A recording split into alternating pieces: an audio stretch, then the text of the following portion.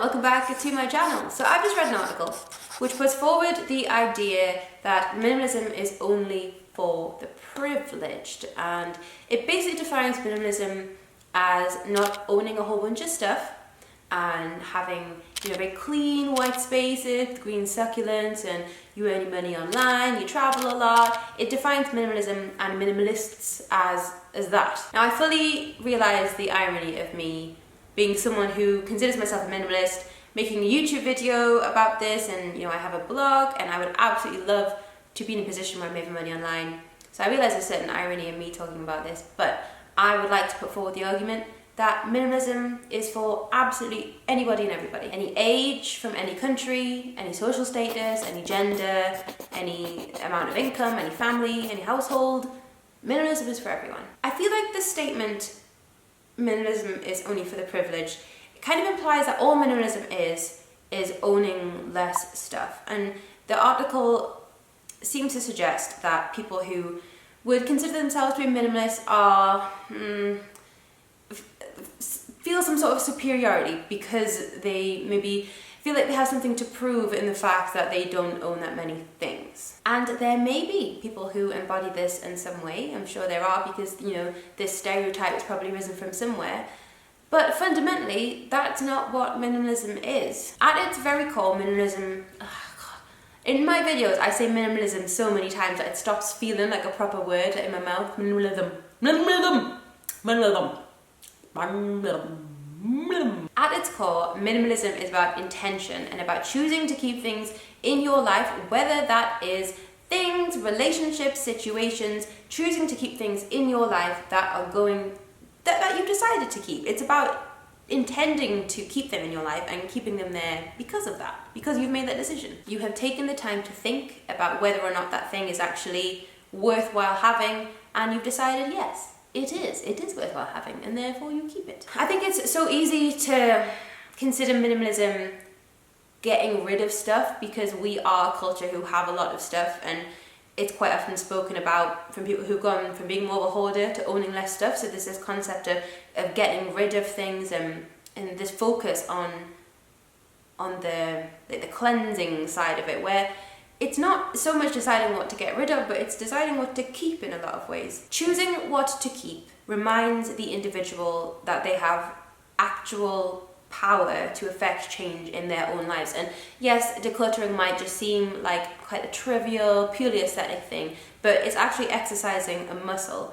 It's a skill to be able to tell the difference between things that are important and unimportant. And this is why I think there's so many people who are kind of doing what I'm doing now, which is where you start to adopt quite minimalist habits into your life, and then you start a YouTube channel, or you start a blog, or you do something like that. And I don't think, at first I thought it was because it's kind of part of the stereotype in some ways. So minimalists are always they earn the money online and then they go traveling, all this type of thing. But I don't think that's what it is. I think that decluttering and choosing which things are important in your life and which things are not important in your life, they teach you that you can have actual positive change in your life, that your actions can have an effect. And I think this is one of the things that really surprises people when they start getting rid of things, is how much better they feel. And then they see that cause and effect. They say, I got rid of this thing and I got this feeling, or I got this result from it. And then people start to realize, God, I can actually change my life. I can actually put in effort, and something tangible, something real, something that something will change within me. If you don't believe you have any power over your life, then you don't bother trying. You don't put yourself out there because you think, what's the point? And it's so easy to feel helpless and at the mercy of the world, and you just swaying in the wind of everything that's happening around you, and you're just at the whim of every passing opinion or responsibility. You are just a player being controlled by someone else in the game that is the world. But the key thing with minimalism is that it is a way of learning how to tell the difference between things that are important and things that are not important, and being able to do that and putting your energy in the things that are actually important, that's what makes your life better. But then if I go back to the original question, I have to ask,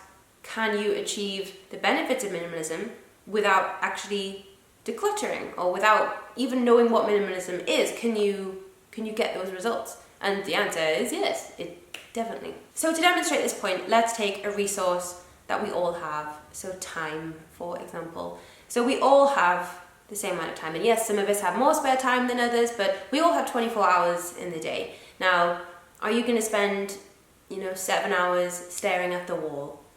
No, probably not, because it's not an important thing to do. It's something you could do, but it's not something that is an important thing to do. Are you going to spend some time with your family? Yeah, probably. It's an important thing. Am I going to go to work? Yeah, probably. I need the money, and also, maybe your job is very, very important. Maybe you're going to be helping people when you're there. Maybe you have some real purpose when you're at work. Minimalism is about priorities and making sure that we spend our resources on those. So it doesn't matter what resource it is. It could be money, like people focus on with minimalism. It could be time. It could be energy. It could be your skills. It could be influence. We can choose how we spend those resources, and being good at that, knowing how to do that, and getting really, really good at making those decisions and knowing exactly how to spend those resources is at the heart of minimalism. So I think the initial statement is incredibly reductive. It's quite misrepresentative and a misunderstanding of minimalism in a lot of ways. And I would say that definitely everybody's version of minimalism is valid, and it's also a never changing thing. It's just about making decisions in your life and not letting yourself just be, like a pawn in someone else's game. It's like you have a choice, and it might start off with, I choose to only keep these books, and before you know it, you're choosing which path you're going to take in life. It's about understanding that you have the power to make decisions. Even if you've never called it minimalism, even if you've never heard of the word minimalism before, if you invest your resources into your priorities, into the things that really matter to you, then that's what's important, and that's minimalism. I can totally understand where people come from when they write articles like this. I'll link it in the description, by the way, in case you want to read it yourself.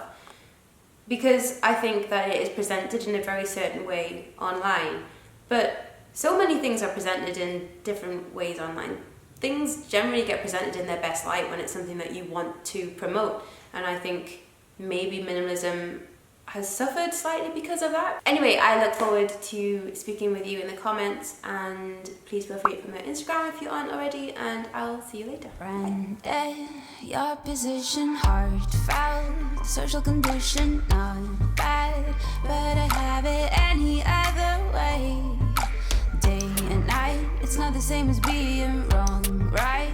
There is surely grace, but sometimes Sunday